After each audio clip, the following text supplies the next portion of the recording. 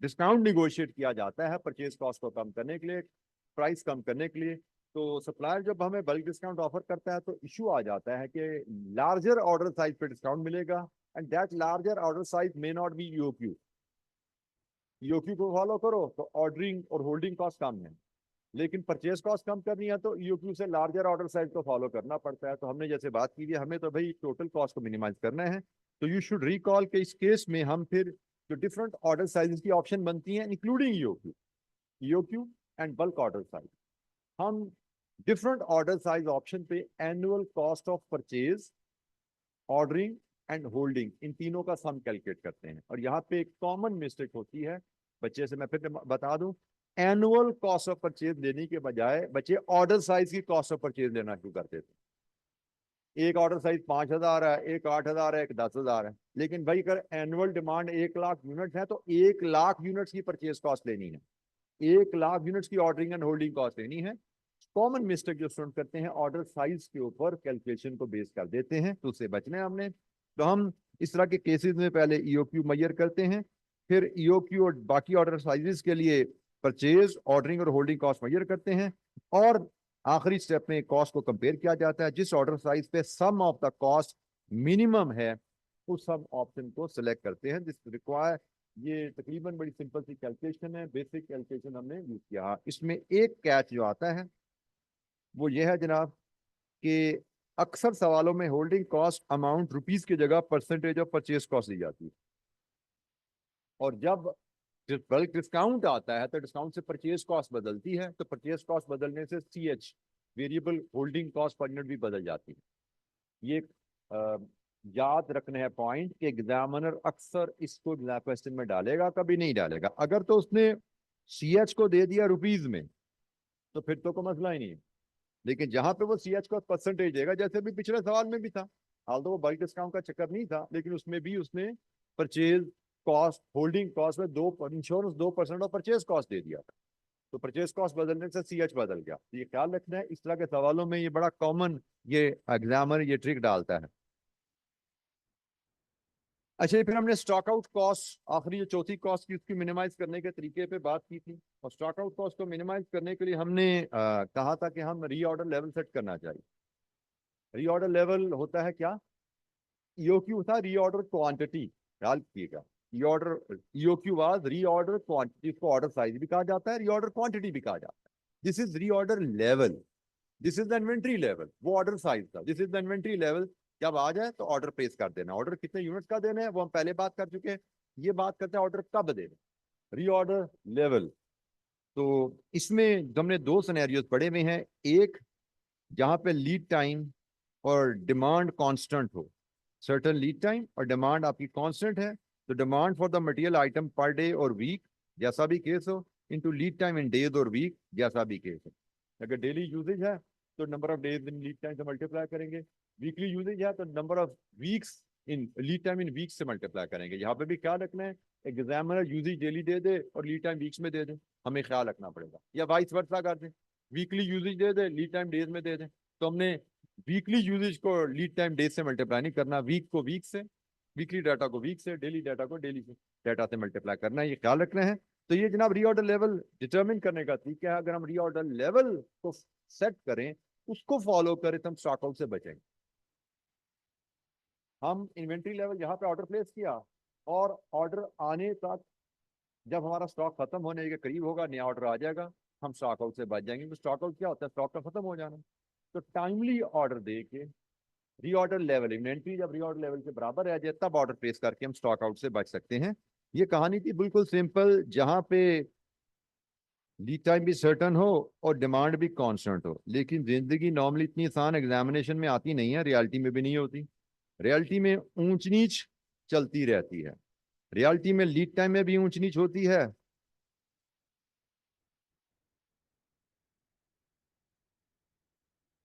और डिमांड में भी ऊंच नीच होती है। सप्लायर कभी कम कभी ज्यादा टाइम लगा देता है, और डिमांड यूजेज कभी कम कभी ज्यादा हो जाती है, क्योंकि कभी ऑर्डर ज्यादा है कभी ऑर्डर कम है। उस केस में फिर रीऑर्डर लेवल के लिए we take maximum value, maximum demand की वैल्यू, मैक्सिमम लीड टाइम की वैल्यू। हमें बताया जाएगा जी डेली यूजेज 80 से लेकर 100 तक वेरी करती है, तो मैक्सिमम 100 वैल्यू पिक करेंगे। हमें बताया जाएगा लीड टाइम 8 से लेके 12 दिन तक वेरी करेगा, तो हम डेज हम 12 पिक करेंगे रीऑर्डर लेवल में। इस केस में फिर हम मैक्सिमम डिमांड और मैक्सिमम लीड टाइम लेते हैं। और यहीं से ही फिर सेफ्टी स्टॉक की कैलकुलेशन भी आपको याद आनी चाहिए।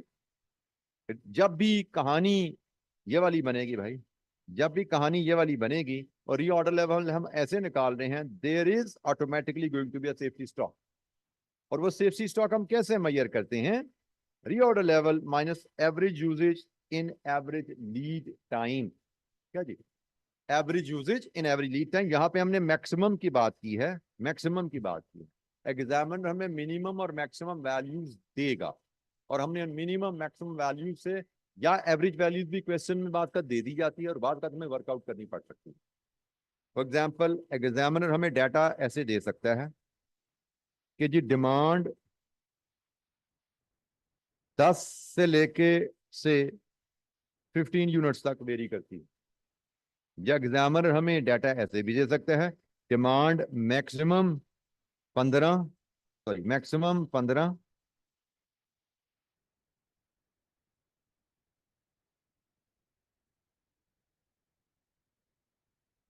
मिनिमम 10 और एवरेज से 12, ऐसे भी दे सकता है एग्जामिनर। अगर एग्जामिनर ने डाटा इस तरह प्रेजेंट किया तो एवरेज मैं यहां से ले लूंगा, लेकिन अगर एग्जामिनर ने डाटा ऐसे प्रेजेंट किया है तो एवरेज मुझे कैलकुलेट करनी पड़ेगी 10 + 15/2, इट कम्स टू 12.5। तो ये एग्जामिनर के ऊपर है डाटा कैसे प्रेजेंट करे। वो हमें दो वैल्यूज देके एवरेज खुद निकालने को कह सकते हैं, ये एवरेज अपनी मर्जी से कैलकुलेट करके दे सकता है। तो जब एग्जामिनर ने एवरेज दे दी तो हमने उसको यूज करना है, हमने खुद कैलकुलेट नहीं करनी। लेकिन जब एग्जामिनर ने एवरेज नहीं दी तो हमने सिंपल 2 + 2 = 4 वाले तरीके से एवरेज कैलकुलेट कर लेनी, ठीक है। तो ये जनाब सेफ्टी स्टॉक कैलकुलेट करने का तरीका आ गया यहाँ पे कि reorder level minus average usage in average lead time. Lead time की एवरेज और यूजेज की एवरेज लेने का तरीका सेम रहेगा।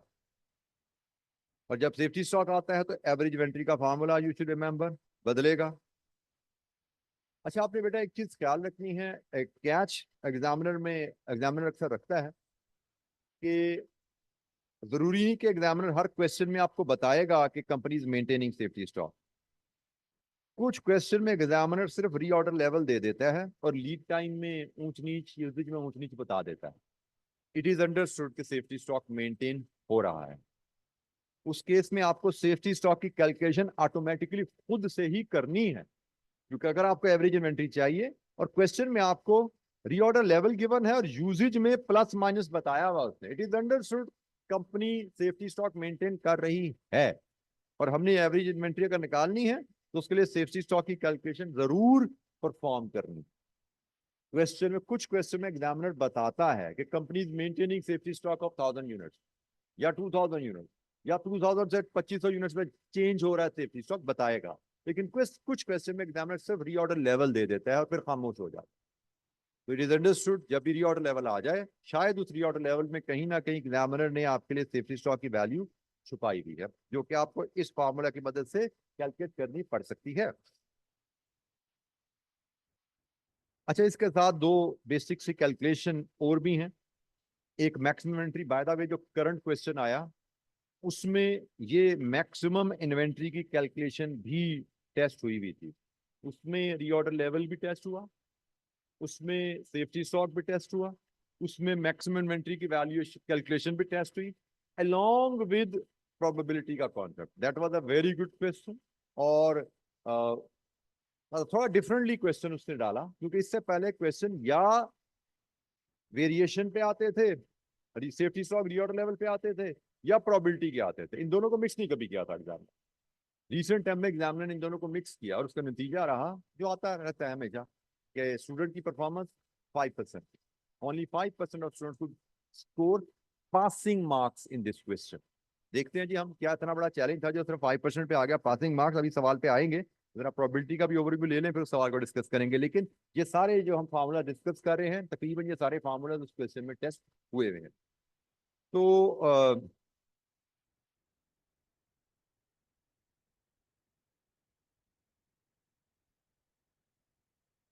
अच्छा जी, मैक्सिमम इन्वेंट्री लेवल का formula reorder level minus minimum usage during lead time plus reorder quantity.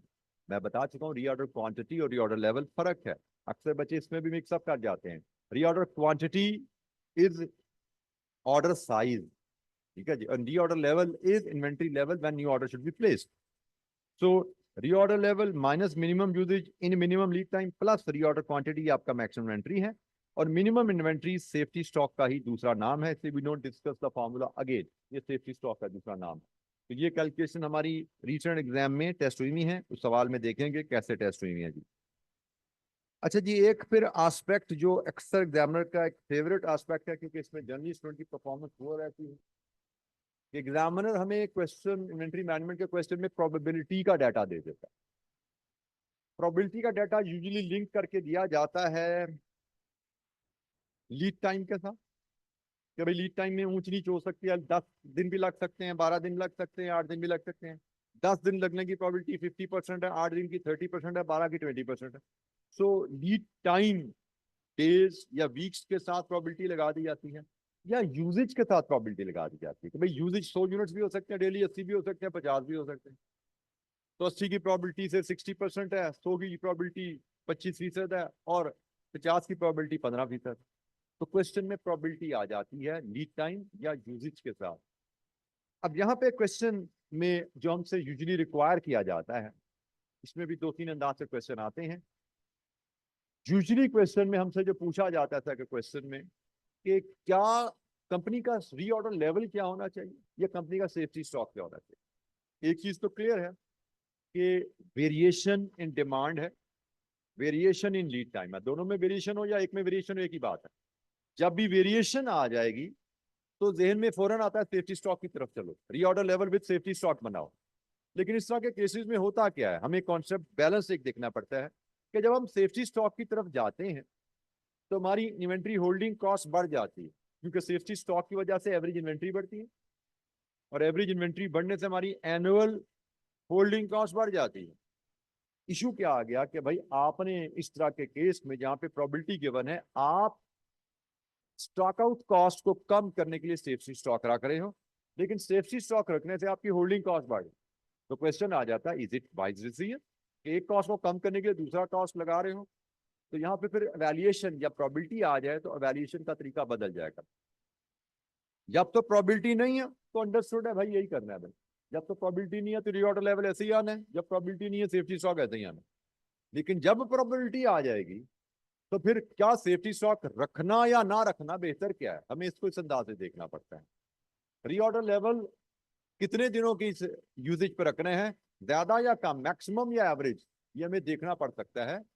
जरूरी नहीं कि मैक्सिमम पे ही जाए, प्रोबेबिलिटी इंफॉर्मेशन के साथ डिटेल एवेल्यूएशन आती है, और वो वैल्यूएशन हम कैसे करते हैं, हम डिफरेंट रीऑर्डर लेवल्स के ऊपर जो डिफरेंट रीऑर्डर लेवल ऑप्शन बनती है। फॉर एग्जाम्पल मुझे कहा गया मेरी इन्वेंट्री आने में 10 दिन भी लग सकते हैं, 12 दिन भी लग सकते हैं, 15 दिन भी लग सकते हैं। इसका मतलब मेरे पास ऑप्शन मान गई, मैं चाहूं तो 10 दिन का स्टॉक पे ऑर्डर प्लेस करूं, 12 पे प्लेस करूं, 15 पे ऑर्डर प्लेस करूं, मेरे पास 3 रीऑर्डर लेवल की ऑप्शन मान गई जब प्रोबेबिलिटी है। तो जब प्रोबेबिलिटी नहीं है तो मैक्सिमम पे ही भाई रीऑर्डर होना है, लेकिन जब प्रोबेबिलिटी है तो 3 ऑप्शन यहाँ पे मैंने कहा जी बन गई मेरी से। मुझे तीनों पे चेक करना है क्या, total annual cost under these two heads, annual holding cost of safety stock plus annual stock out cost. मैंने जो ऑप्शन मेरी जनरेट होंगी उन ऑप्शंस के लिए मैं एनुअल कॉस्ट डिटरमिन करता हूं इन 2 हेड की। Holding cost of safety stock तो बड़ा सिंपल है, सेफ्टी स्टॉक यूनिट्स हमें निकालने आते हैं, इंटू CH कर दो, तो ये आपकी holding cost of safety stock आ जाती है।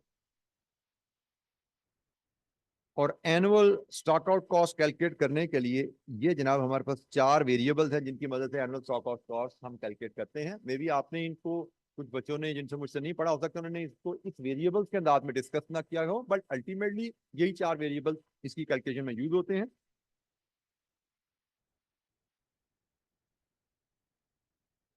Number of orders in a year multiplied with probability of stock out multiplied with stock out units multiplied with stock out cost per unit।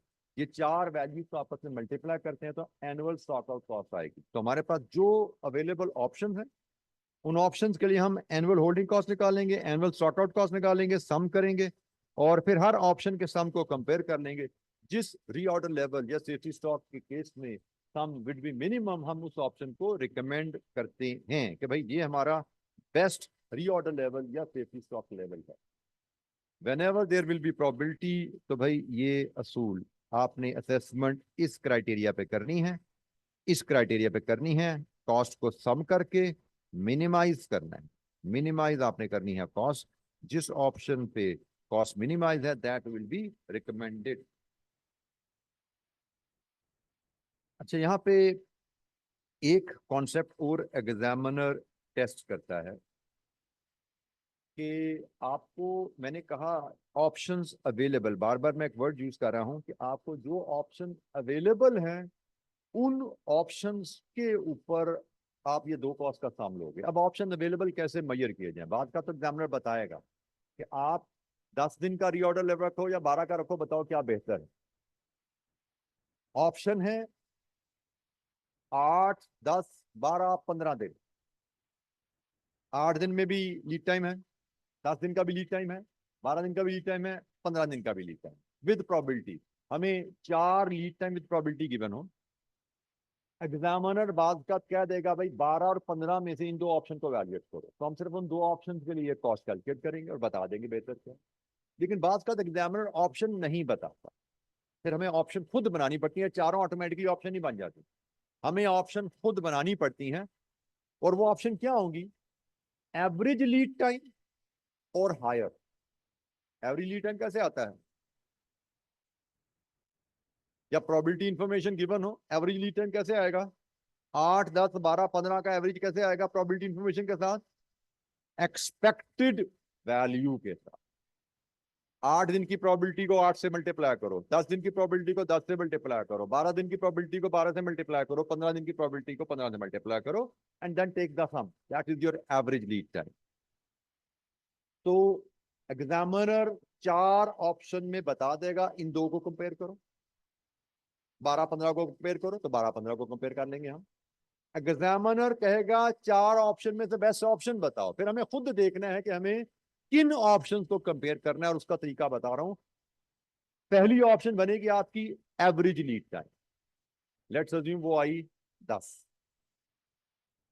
तो rule is average value and higher. आप 10, 12, 15 दिन को compare करो। लेकिन अगर आपकी average आ गई 12, तो फिर आप 12 और 15 को कंपेयर करोगे, अनलेस एग्जामिनर कहे कि चारों को कंपेयर करो। अगर एग्जामिनर कहे चारों को कंपेयर करो तो चारों को करो भाई, एग्जामिनर कहे दो को कंपेयर करो तो दो करो, एग्जामिनर कहे बेस्ट ऑप्शन बताओ, खुद फैसला कर लो किसको कंपेयर करना है। तो खुद फैसला करने का तरीका, एवरेज लीड टाइम कैलकुलेट करेंगे, average lead time and higher value, हम खुद ऑप्शन क्रिएट करेंगे, वहां पे कंपैरिजन परफॉर्म करेंगे। अच्छा जी, ऑप्शंस क्रिएट करके किन कॉस्ट को कैलकुलेट करना है वो बात होगी। अच्छा, यहाँ पे एक चेक और एग्जामिनर जो चैलेंज डाल देता है, मैंने आपसे कहा कि एवरेज वैल्यू हम लेते हैं एक्सपेक्टेड वैल्यू से, वो यूजेज की है या लीड टाइम की है, दोनों पे ये कॉन्सेप्ट अप्लाई होता है। लेकिन कुछ सवालों में हिस्टोरिकली एग्जामिनर ने सवाल में एक जुमला लिखा होता है जी, नॉर्मल यूजेज इज या normal lead time is 8, 10, 12, 15। Probability भी गिवन है, मैं एवरेज निकाल सकता हूं, लेकिन एग्जामिनर लिख देता है नॉर्मली इट टेक्स 12 डेज। इसका मतलब एवरेज कैलकुलेट ना करो, 12 को एवरेज ले लो। एग्जामिनर लिख देता है हम नॉर्मली 50 यूनिट डेली इस्तेमाल करते हैं, कभी 70 इस्तेमाल करते हैं, कभी 100, कभी 80, लेकिन नॉर्मली 80 यूनिट इस्तेमाल होते हैं। जब उसने नॉर्मली कह दिया मतलब एवरेज 80 को ले लो। जब उसने नॉर्मली वर्ड नहीं लिखा तो फिर एक्सपेक्टेड वैल्यू से एवरेज खुद कैलकुलेट करो। लेकिन जब उसने कहा दिया नॉर्मली वैल्यू इतनी होती है, तो आप उस नॉर्मल वैल्यू को ही एक्सपेक्टेड वैल्यू लेके चलते हैं, एवरेज वैल्यू लेके चलते हैं। तो ये एक छोटा सा कैच एग्जामिनर जो हमारा टेस्ट करता रहा है उसकी बात। तो ये भाई इन्वेंट्री मैनेजमेंट का ये सवाल तो हम कर रहे हैं, जिसका मैंने को पास रेट बता दिया था 56% रहा। लेकिन इन्वेंट्री मैनेजमेंट का दूसरा क्वेश्चन जिसका पास रेट मैंने आपको बताया कि 5% था, जो कि probability safety stock, reorder level, maximum inventory को मिला के आया। देखते हैं इस क्वेश्चन में क्या चैलेंज रहा। अच्छा, इस क्वेश्चन में एग्जामिनर ने पास के मल्टीपल क्वेश्चन जो एस्पेक्ट्स थे उनको मिक्स किया है। It was a good question, लेकिन इतना अच्छा भी नहीं था कि 5% पे पास रेट आता। तो बहरहाल देखते हैं क्या हम इसमें, देखते हैं कि हम क्या इसमें बेहतर कर सकते थे या कर सकते हैं आज की क्लास में। Question number 6।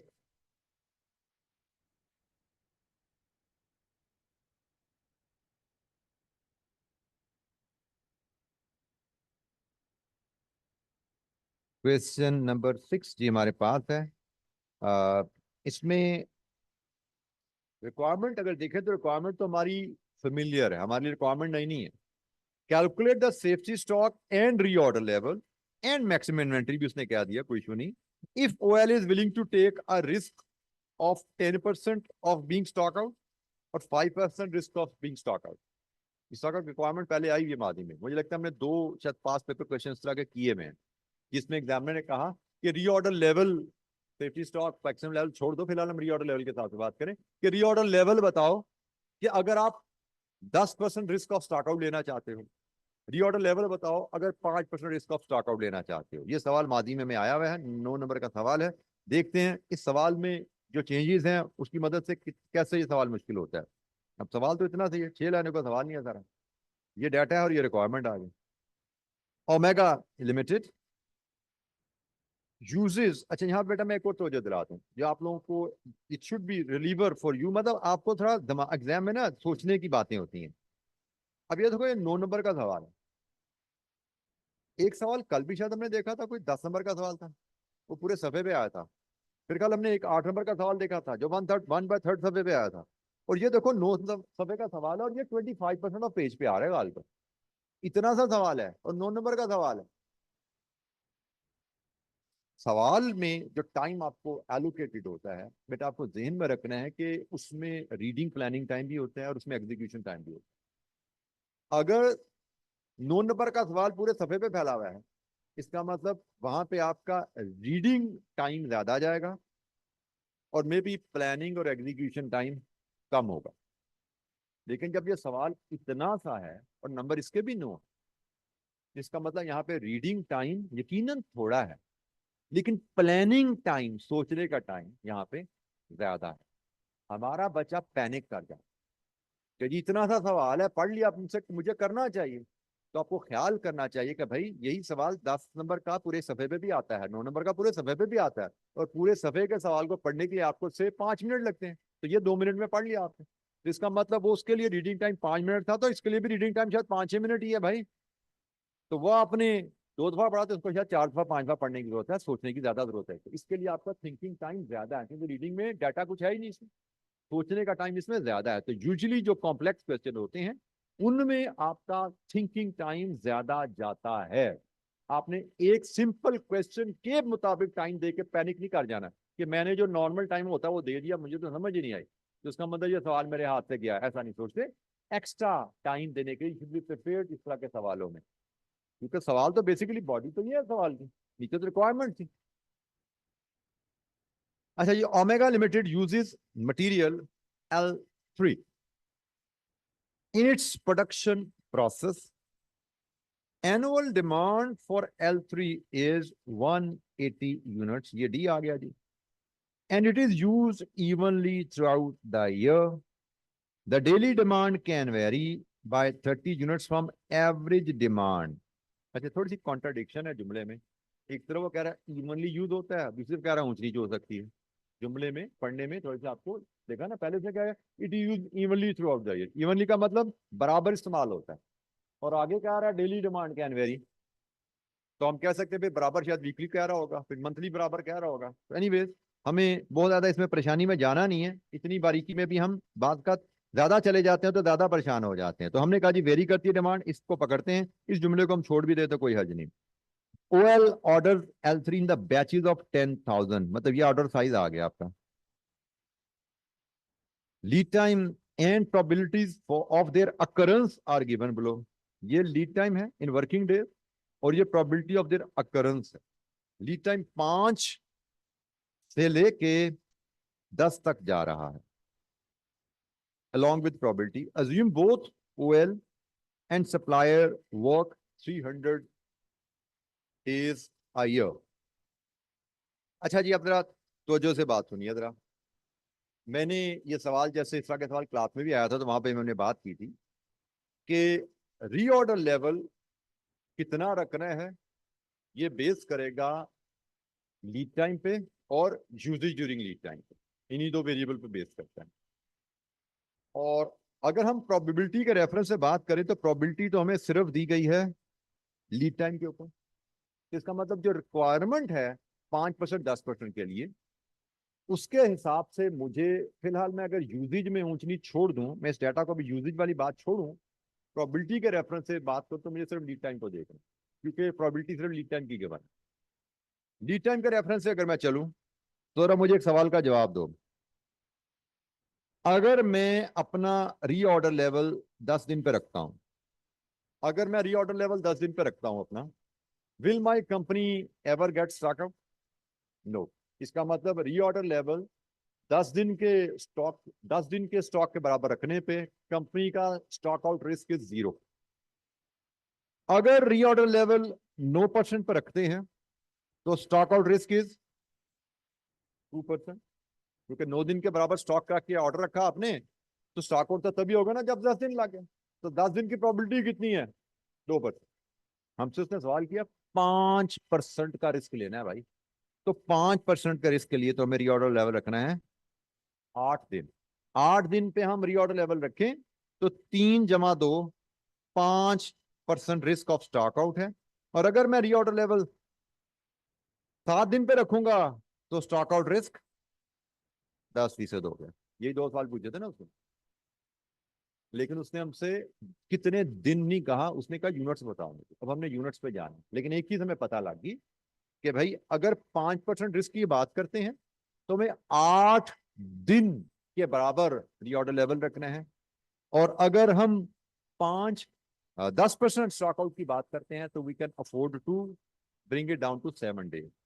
अब बाकी बातें इसकी आगे हैं, जो उसने चीजें मांगी हैं वो हम इसके बाद कैलकुलेट करेंगे। फिलहाल हमने कहा जी, हमें जो कहानी शुरू होती है वो यहाँ से शुरू हो जाती है हमारी, कि हमें ये दो लेवल्स हैं जो लेके चलने हैं। हम बात करें क्वेश्चन नंबर 6 की, ऑटम 24 के। तो हमने कहा जी दो हमारे लेवल्स बनते हैं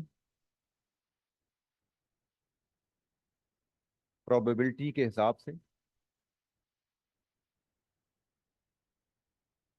हमें प्रोबेबिलिटी के लिए जो दो लेवल्स दिए गए हैं, 10% प्रोबेबिलिटी और 5% प्रोबेबिलिटी, ये दो टारगेट लेवल दिए गए हैं। इनके लिहाज से जो हमारा लीड टाइम है अंडर कंसिडरेशन, वो इसके लिए 7 डेज है और इसके लिए 8 डेज है। अच्छा जी, अब हमसे मांगा क्या क्या गया है? सबसे पहले मांगा गया हमें रीऑर्डर लेवल। अब जरा तवज्जो कीजिएगा, हमें रीऑर्डर लेवल के लिए डेज कितने लेने हैं वो तो हमने प्रोबेबिलिटी के हिसाब से फाइनल कर लिया, लेकिन रीऑर्डर लेवल में सिर्फ लीड टाइम के डेज तो नहीं लिए जाते, और क्या होता है साथ? यूजेज। अब यहाँ पे आइए यूजेज के ऊपर, कि क्या मेरी यूजेज यहाँ पे कांस्टेंट है? नो। यूजेज में तो ऊंची क्या, उसने कहा जी एवरेज यूजेज से 30 ऊपर 30 नीचे भी हो सकता है। तो जब यूजेज में ऊंच नीच हो तो रीऑर्डर लेवल में कौन सी यूजेज ली जाएगी, एवरेज या मैक्सिमम या मिनिमम? मैक्सिमम। यही सीखा ना हमने भाई। लीड टाइम के लिए उसने मुझे प्रोबेबिलिटी की गाइडलाइन दे दी, प्रोबेबिलिटी के हिसाब से चलो, लेकिन यूजेज के लिए उसने मुझे कोई गाइडलाइन नहीं दी। यूजेज के लिए मेरा असूल फिर चलेगा भाई, अगर डिमांड में यूजेज में ऊंच नीच होती है तो मैं मैक्सिमम यूजेज रीऑर्डर लेवल की कैलकुलेशन में शामिल करता हूं। तो भाई अब हमें एक छोटी सी कैलकुलेशन यहाँ पे करनी है। एक वर्किंग वन बनाता हूं जिसमें मैं एवरेज डेली यूजेज लेता हूं, फिर यहाँ पे मैक्सिमम डेली यूजेज लेता हूं, क्योंकि ये सारी चीजें मेरे काम आने वाली हैं कहीं ना कहीं, और मिनिमम डेली यूजेज भी ले लेता हूं। एवरेज यूजेज के लिए हमें कहा गया है कि हमारी सालाना डिमांड है 1,80,000 और साल में 300 दिन काम होता है। तो एवरेज यूजेज क्या है भाई? 600 यूनिट्स। और हमें कहा गया है भाई एवरेज यूजेज से 30 ऊपर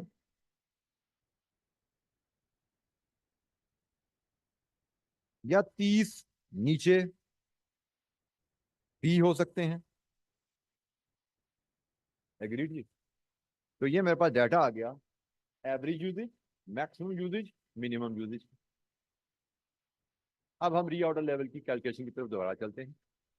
दो केसेस में मुझे रीऑर्डर लेवल कैलकुलेट करने हैं। दोनों केसेस में रीऑर्डर लेवल के लिए जो लीड टाइम है वो हम ले चुके हैं।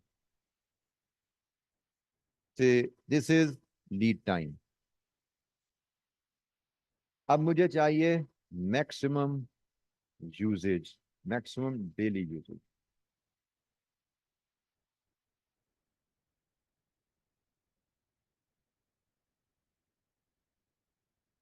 ये मेरा रीऑर्डर लेवल की कैलकुलेशन रहेगी।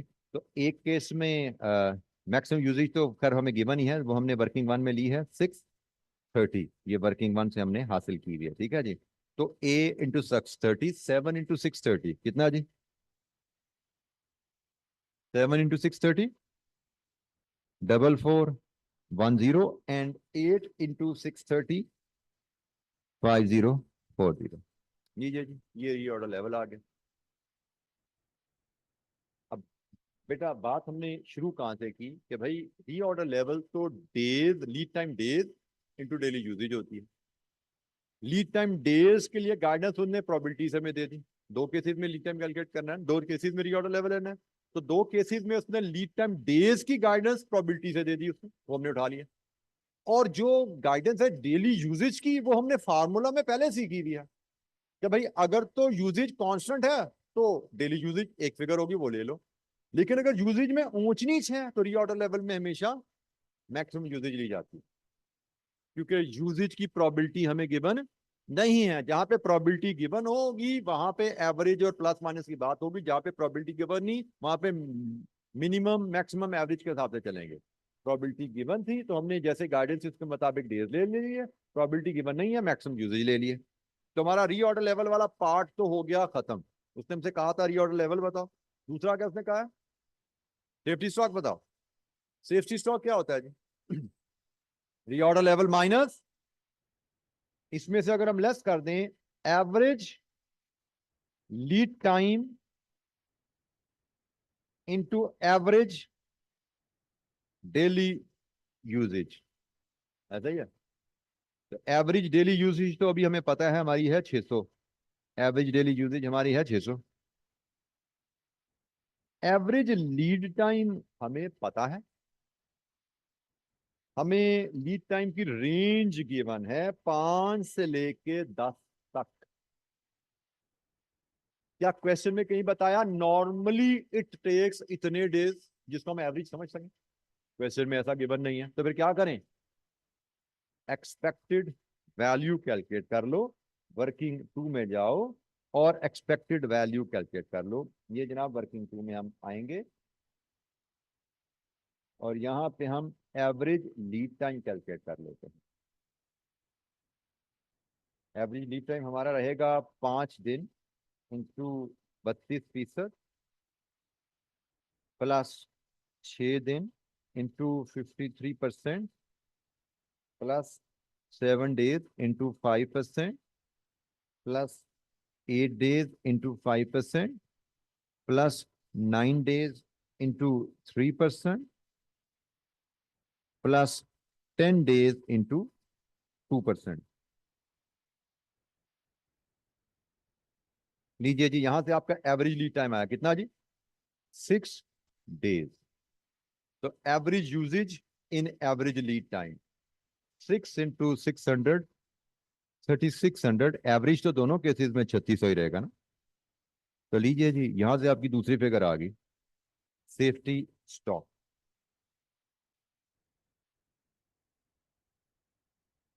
यहाँ पे है जी 810 और यहाँ पे है 1440।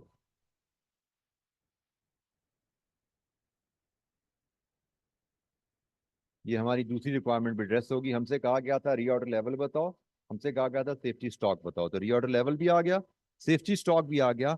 दोनों प्रोबेबिलिटी के केसेस में हमें इन दो प्रोबेबिलिटी केसेस में वैल्यूज डिटरमिन करने को कहा गया। तीसरी वैल्यू क्या कही गई है हमें?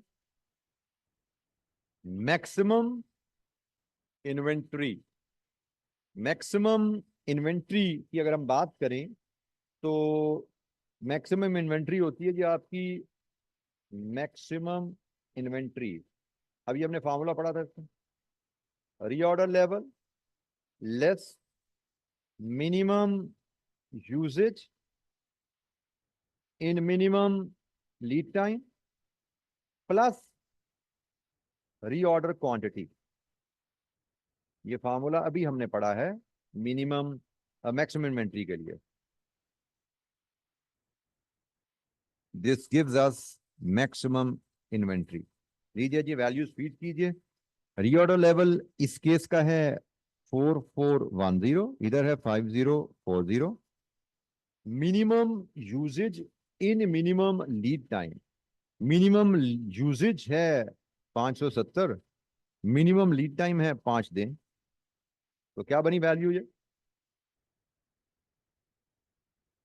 2850, 2850। और ऑर्डर साइज क्वेश्चन में गिवन है 10,000, ये क्वेश्चन में गिवन है। इसको ऐड कर लीजिए और बताइए सम करके आपकी मैक्सिमम इन्वेंट्री क्या बनती है? 11,560 एंड 12,190। लीजिए जी, ये तीसरा जो हमारा हिस्सा था मैक्सिमम इन्वेंट्री, उसकी वैल्यूज भी हमारे पास आ। ये था 9 मार्क्स का क्वेश्चन जिसमें स्टूडेंट की परफॉर्मेंस वेरी वेरी पुअर रही थी examination. Only 5% student could pass this. लेकिन अब इस सवाल में बेसिक फार्मूलाज इस्तेमाल हुए हैं और कोई बहुत बड़ी ऐसी चैलेंजिंग कहानी इसमें नहीं आई। मार्किंग स्कीम भी देख लेते हैं जरा, और इसके तो मैं कहूँगा हम कमेंट्स भी देख लेते हैं। इतनी बड़ी परफॉर्मेंस है तो जरा ज्यादा डिटेल में देख लेते हैं।